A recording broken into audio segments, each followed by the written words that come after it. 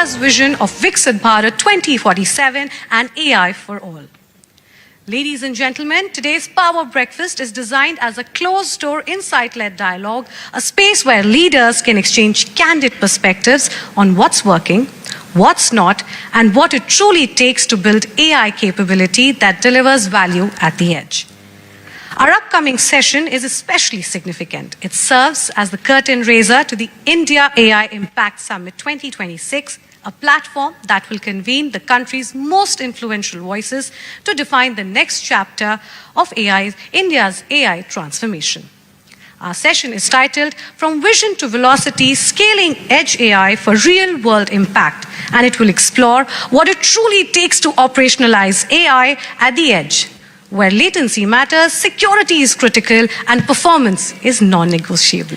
Ladies and gentlemen, without further ado, please join me in welcoming President and CEO Qualcomm, Cristiano Amon, in conversation with CNBC TV 18's Managing Editor, Shreen Bhan. A round of applause for them.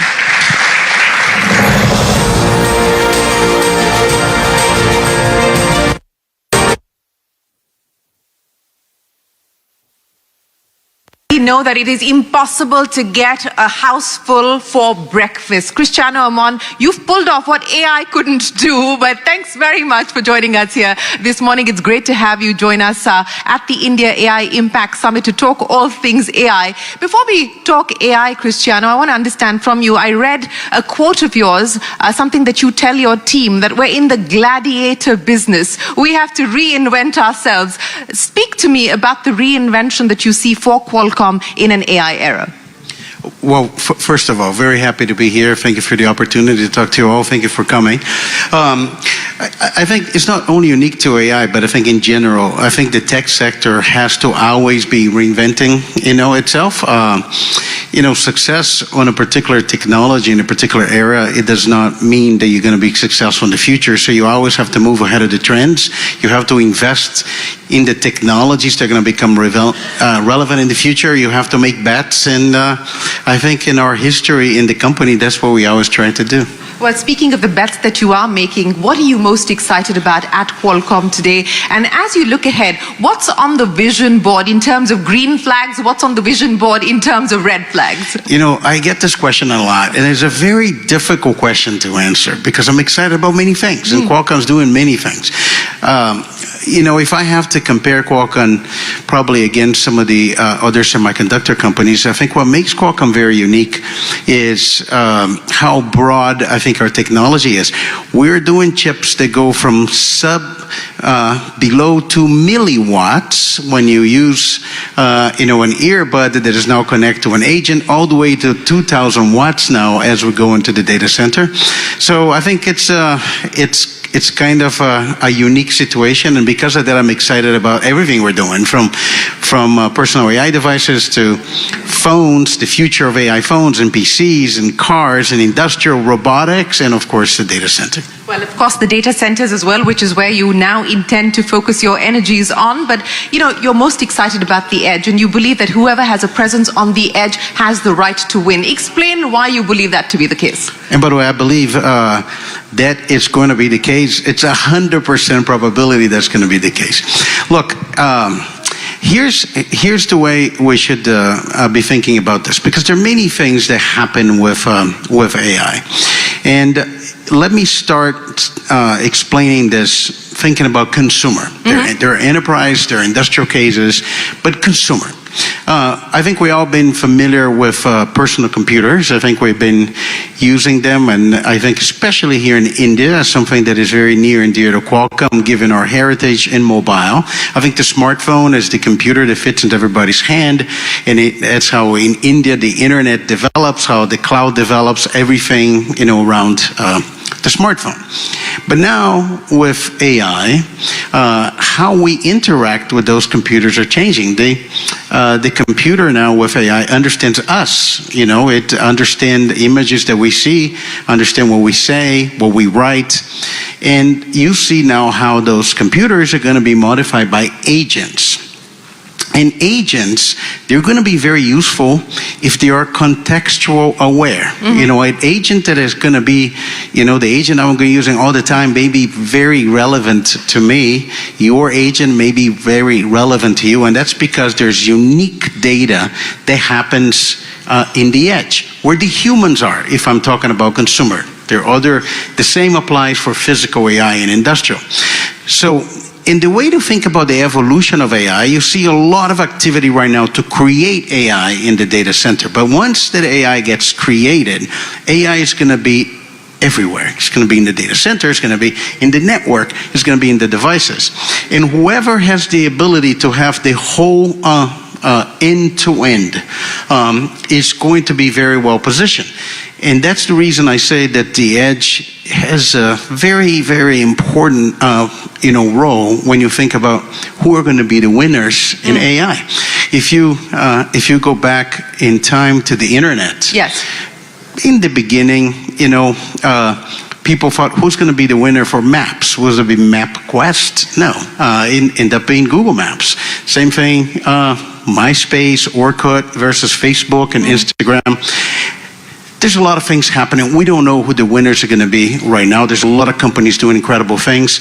But when this thing gets scale, you're going to have to make it very relevant for the humans. And it's going to be what is going to be in the data center, what's going to be in the network or the near edge, and what's going to be in the edge. And everything that happens connected to the person or the machine, you have a lot of processing that's happening there. I think the best way to prove this, when you think about an autonomous driving car, if you don't have to have an instant response, you can just run the autonomy on the cloud, but you cannot do that.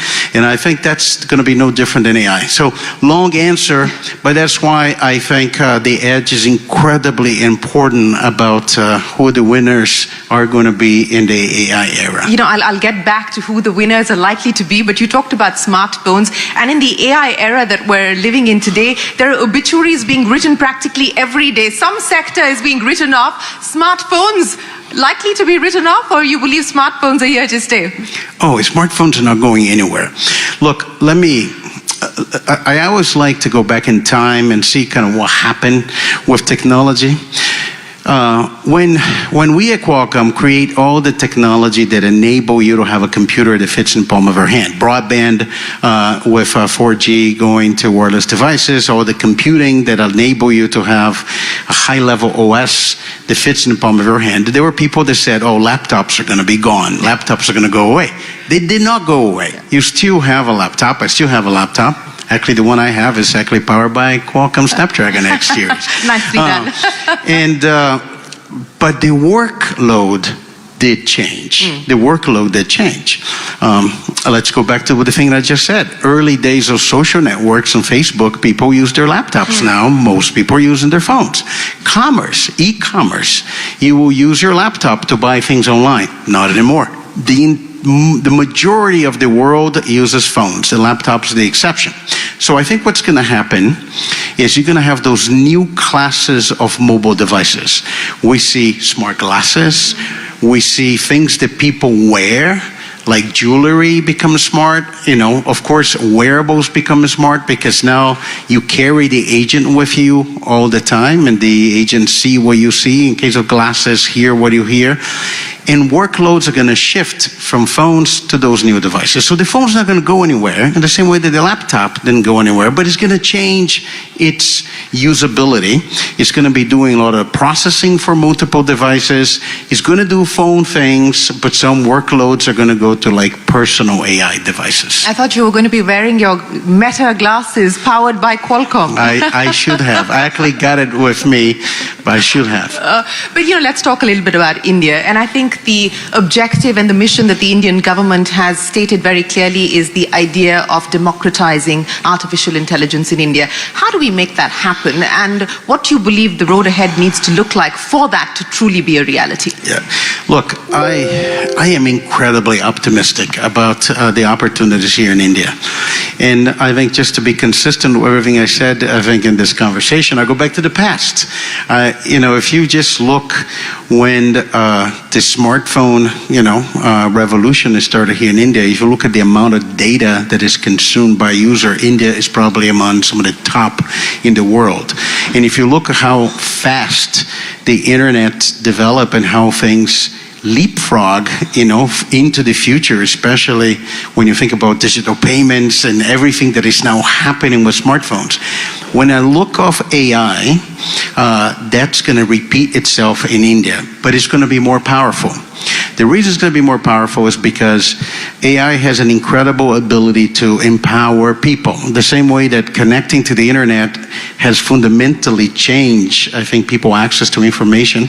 I think AI is going to take that to the next level. How you get access to information, how you train yourself, how you get instant feedback about things, how you learn about things, how you do different things augmented by an agent, and how the entire economy of agents is going to get developed. I think India has an opportunity to be one of the fastest growing AI nations in the world.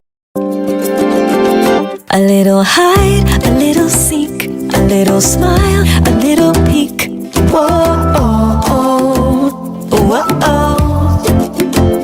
A little hide, a little seek, a little tease before we speak. Whoa, oh, oh, whoa, oh. Taste the moment, chase that feel. Take my heart, It's yours to steal. a little hide, A little seek, a little smile, a little peek. whoa, oh, Oh, whoa, oh. start your story with hide and seek.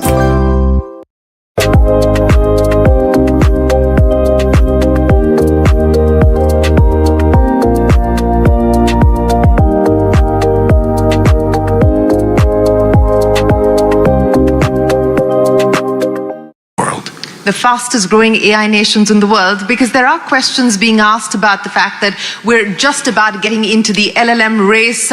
We don't have the kind of compute capacity that other countries have at this point in time. We do have the talent. That's our biggest advantage. But do you truly believe that AI is going to be the fastest AI nation? Look, let's kind of zoom out, right, and see how this is really is going to play out. If you think about the phone today, right? The phone is the most cloud-connected device in the world, and it's also the biggest development platform ever created.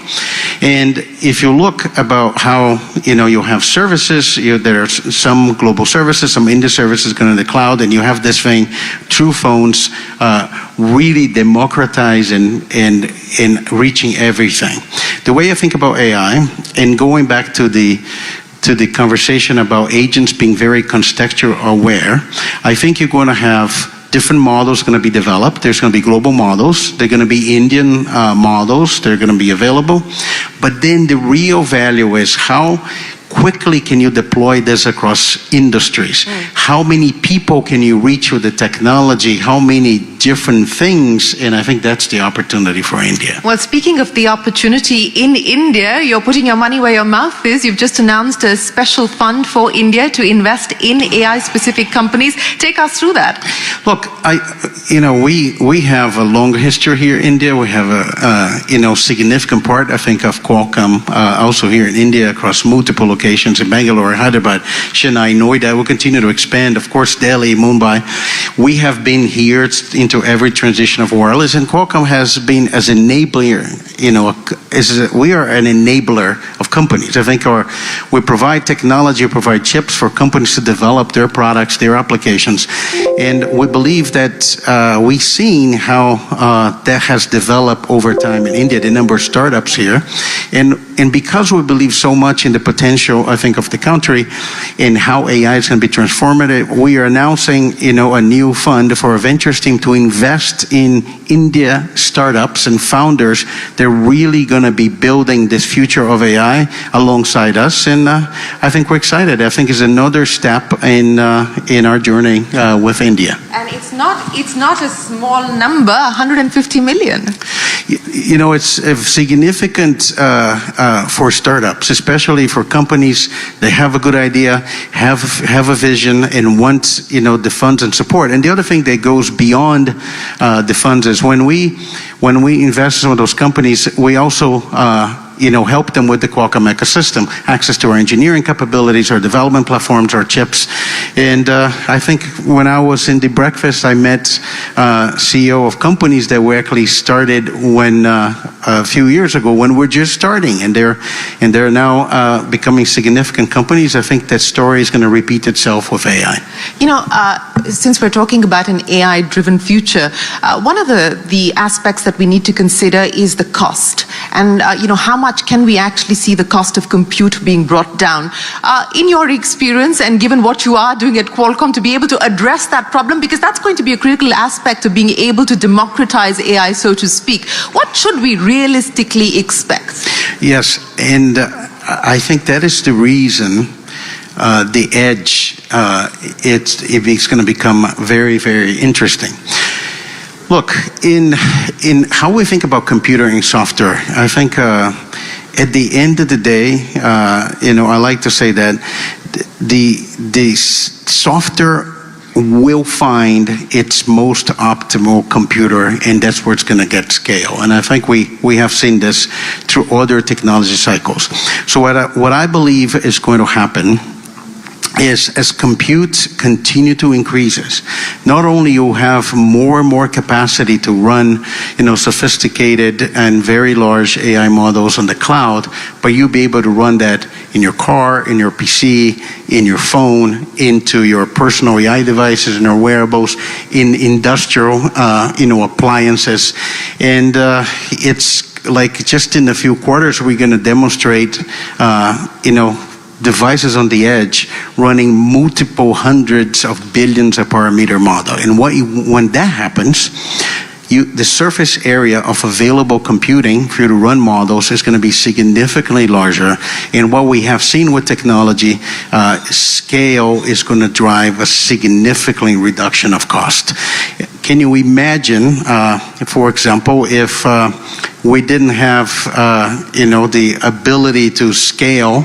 I think many of the technologies now we take for granted, into the smartphone. The smartphone has integrated in itself every single piece of consumer electronics technology in a single device. And if you look at the price points of some of the smartphones right now, I cannot think of a better example, and that's going to be true for AI. That's why the edge is exciting, and I think that's incredibly exciting, the opportunity here in India. You gave us a glimpse of what we should expect from Qualcomm. How soon before we see some of these launches? All of those things are happening right now. First of all, the transition of what we call, the next mobile platform, which is those smart wearables that you can access an agent through smart glasses, to a smart wearable, to jewelry that are smart and pendants, is happening right now. I believe things like smart glasses that they were running at about, from the early launches, the companies that pioneered this, you have volumes in the multiple tens of millions. That's going to go into hundreds of millions very, very soon. The other thing that is happening, you started to see agents being deployed in phones, agents being deployed in laptops this year, and the other things with physical AI, you start to see development of robots, which is, I know there's a lot of interest in physical AI, but like an autonomous driving car, it's a physical AI, and you just think about how that's going to look into a robot, and that's going to be very, very similar. I'll get to physical AI in just a second, Christian, but I want to understand from you, when we talk about the build out, and we're seeing some, jaw-dropping numbers coming in as far as the kind of infrastructure, AI infrastructure build out globally, 600 billion plus and counting. That's what the large tech companies are putting down towards that end. And the question is, one, return on investment, B, are we over-indexing on the infrastructure build out at this point in time? The other side of the story is, no, we're probably not doing enough given the kind of demand that is anticipated. The last time you and I spoke, we were talking about the supply chain constraints and the supply chain risks for the story, and we're back again now talking about memory chip shortages. So how do you look at what is playing out globally, both in terms of supply and demand? Yes. I think there are two questions in there. Maybe I'll just go to the first one. It's very clear to us that whatever we believe AI is going to be, we're undercalling it. And I like to do this parallel when the year 2000 about the internet and the .com. Whatever people thought at that time, how big the internet will be, they were definitely undercalling. The internet today is way bigger than it was at that time. And I think that's true for AI. It's probably underestimated in the long run. The obvious question that I don't have the answer to is the current pace of build out of AI will continue? Will stay at this level? Will accelerate? Will slow down? I don't know. I think what we see, however, is everybody's playing to win. People are investing to win. Maybe everyone will be a winner. Maybe there'll be a few winners. But if anything, I will just use this moment to say AI is going to be created in a data center. It's going to machines, and at the end of the story, this is going to be an end-to-end story. So I think the companies that are actually understanding that and investing in that direction are probably better positioned to win. The second part of the question is supply chain. It's we have gone through that a couple of times. If anything, the positive answer to the question is, I think we have determined more than one time, starting with the pandemic, that semiconductors are important. I think people want chips, and I'm very happy to be actually a chip company. And in a particular time, the semiconductors become more relevant.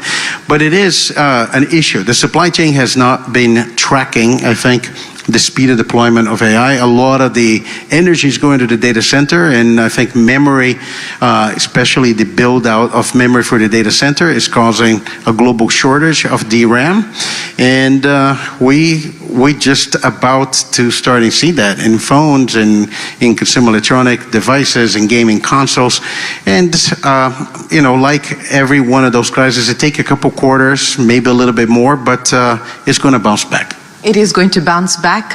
We will have to endure some of the near-term volatility, as you point out. Physical AI, and I think, here at the India AI Impact Summit, there's a lot of talk around physical AI and what it's potentially going to do as far as industrialization is concerned. Are we close to an inflection point? I mean, every day you pick up the newspapers or you watch the news on TV or you look at Twitter, and there are comments coming in from CEOs who are leading some of these companies on how they believe that, it's here and now. But how do you look at what we're likely to see on physical AI and whether we're close to an inflection point in terms of deployment?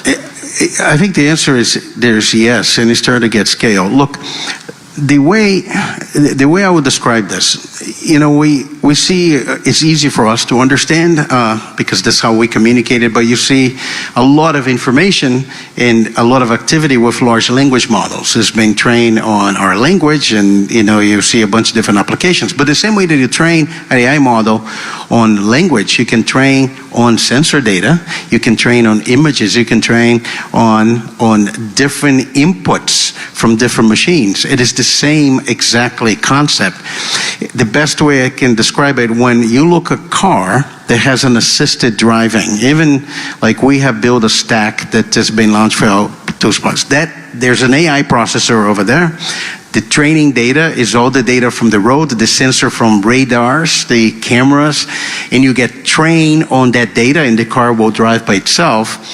And I think that it's already at scale, but now you're saying taking that to robots, industrial robots. You take that to machines, to motors, to computer vision in different verticals, from a retail store to a manufacturing to a warehousing, and that's getting scale. And that's particularly important for countries that are being very focused on building industrial capabilities. The new factories and that's incredibly relevant for India, are going to be factories powered by physical AI devices. And I think that's going to get scale starting like in this year of 2026. This year itself, you believe that 2026 is going to be the big inflection point for physical AI adoption? I think so. We're starting to see very interesting demand from industrial applications with AI at industries. And today I'll tell you, we're not limited by demand. We're limited by the time that it takes for the ecosystem to develop those solutions. That's why he gives me confidence we're really approaching an inflection point. You know, if this is in fact going to be the inflection point as you make it out to be, what should we then imagine the future for factories to look like when we talk about human co-workers and digital co-workers and agents working together, or humanoids and humans working together? You know, again, many tech CEOs are calling about white-collar catastrophe. Many believe that jobs as we know will no longer exist in many sectors. What do you think is likely to happen as far as the workforce is concerned?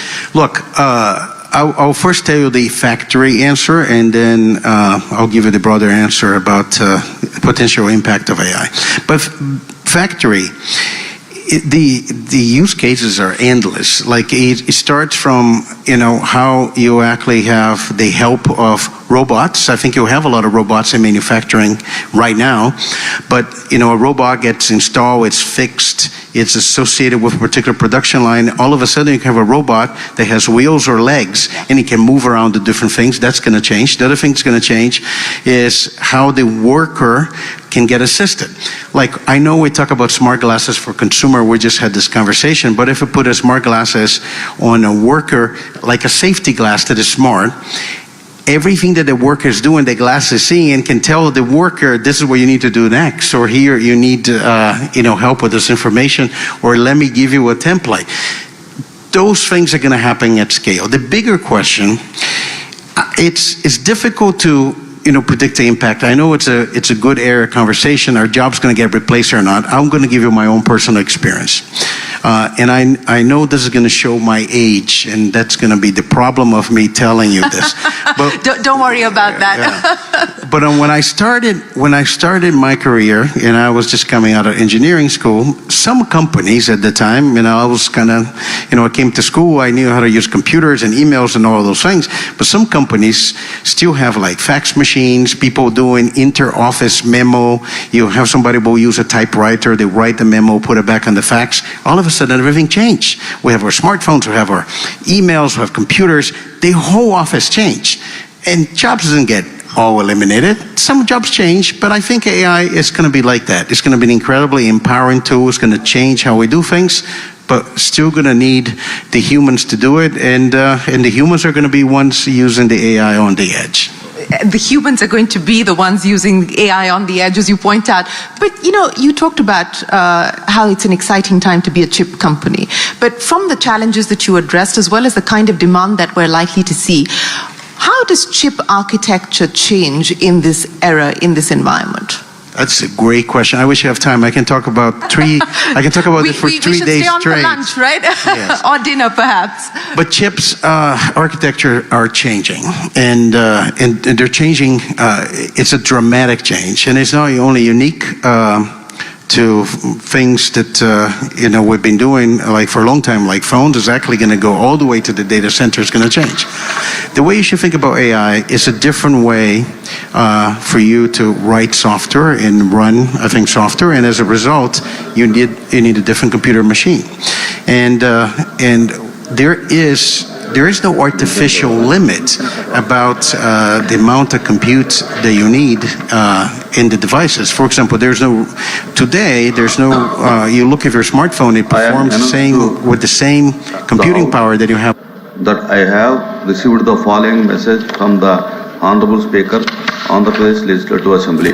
In accordance with Rule 123 of the Rules of Procedure and Conduct of Business in the Andhra Pradesh Legislative Assembly, I transmit a copy each of the following bills as passed by the Legislative Assembly on 18th February 2026 and signed by me. The Andhra Pradesh Municipal Laws Amendment Bill 2026. I am announced to the Andhra Pradesh Municipal Laws Second amendment, I have received the following message. The Andhra Pradesh Honorable Speaker, Electricity Andhra Pradesh Legislative Assembly Amendment in accordance with Rule 123. The Andhra Pradesh, the Rules Panchayati Raj Amendment Bill 2026. In the Andhra Pradesh Legislative Assembly, I transfer to private medical of care the following establishments as passed by the Legislative Assembly Regulation Amendment Bill 2026 and signed by me. The Charitable and Hindu Religious Amendment Bill, Institutions and Endowments, the Andhra Pradesh Bill 2026. Second Amendment Bill, Venkateswara 2026. Vedic University Amendment Bill 2026. The above duty Amendment Bill 2026. The Andhra Pradesh Panchayati Raj Amendment Bill 2026.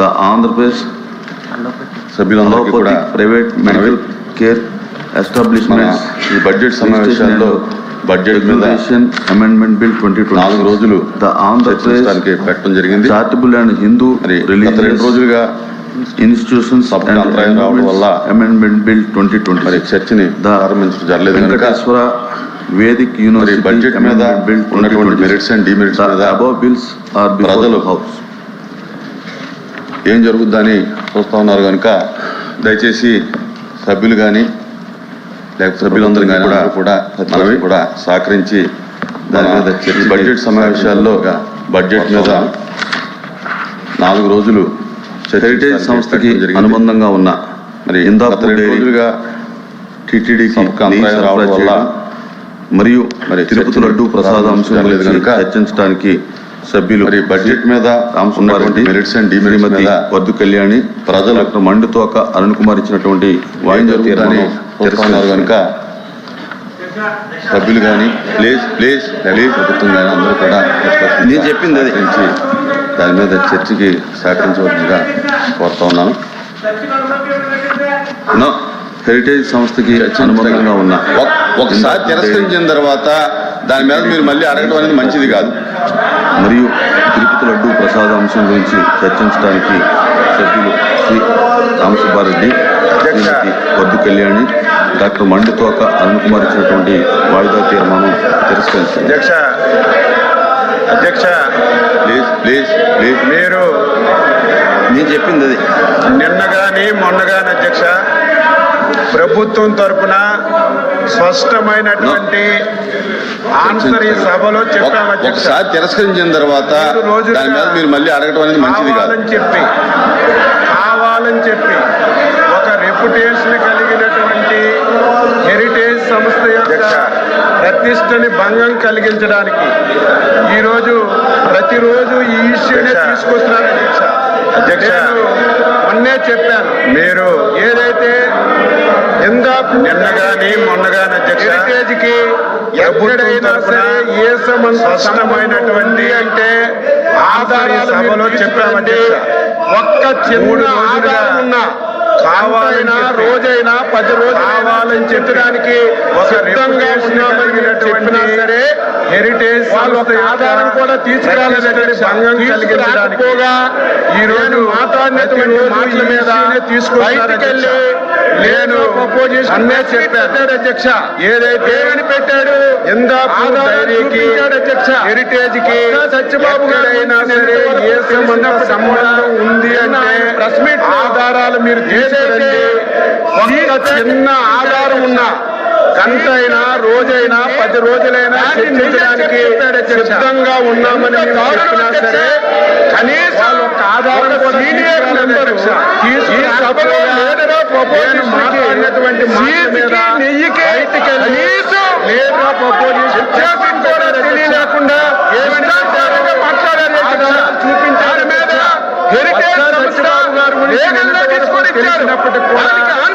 ఆయన press meet ఏమాత్రం ఏదైతే ఏమాత్రం విస్తృతీయతున్నా challenge చేశారు అధ్యక్ష. Challenge చేశాం డైరీకి కనీసం అయినా సరే ఒక సీనియర్ మెంబర్ ఉన్నా ఈ సభలో లేదుగా ప్రపోజిషన్ కి సీటుకి నెయ్యికి కనీసం అంటే వ్యత్యాసం కూడా తెలియలేకుండా ఇష్టానుసారంగా మాట్లాడారు. దాని మీద హెరిటేజ్ సంస్థ వేగంగా తీసుకొని ఇచ్చారు. దానికి ఆన్సర్ చేయాలి. వీళ్ళకి ఏమాత్రం ఏమాత్రం విస్తృతీయతున్నా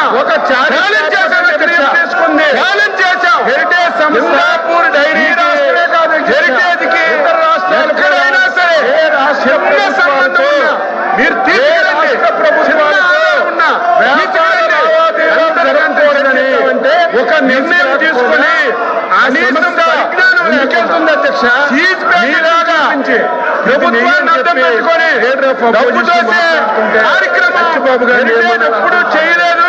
మీ అధ్యక్ష హెరిటేజ్ చూడండి, ఒక చూడండి భారతదేశం పెట్టారు. హెరిటేజ్ సిబ్బందిని ప్రభుత్వంలో హౌసింగ్ ఇచ్చి మొత్తం దోపిడీ చేశారు.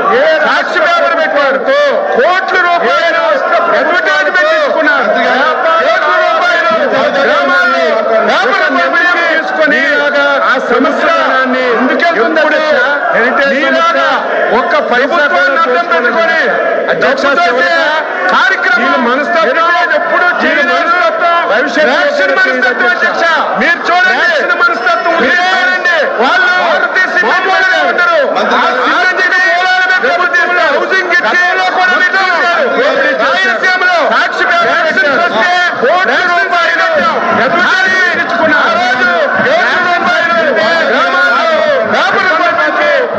ఆర్థిక మూలాలు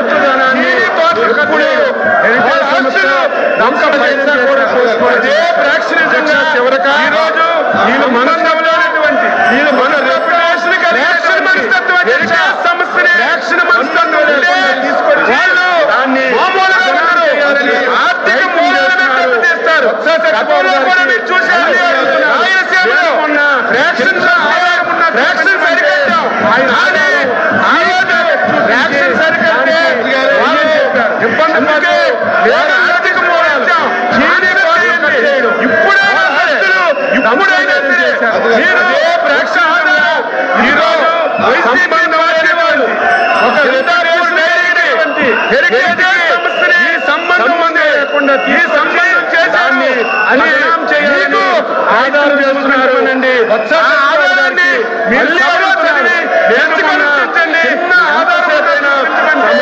ఆయన ఆధారం చూపించి కావాలని చెప్పి నెయ్యి సంస్థని అందుకే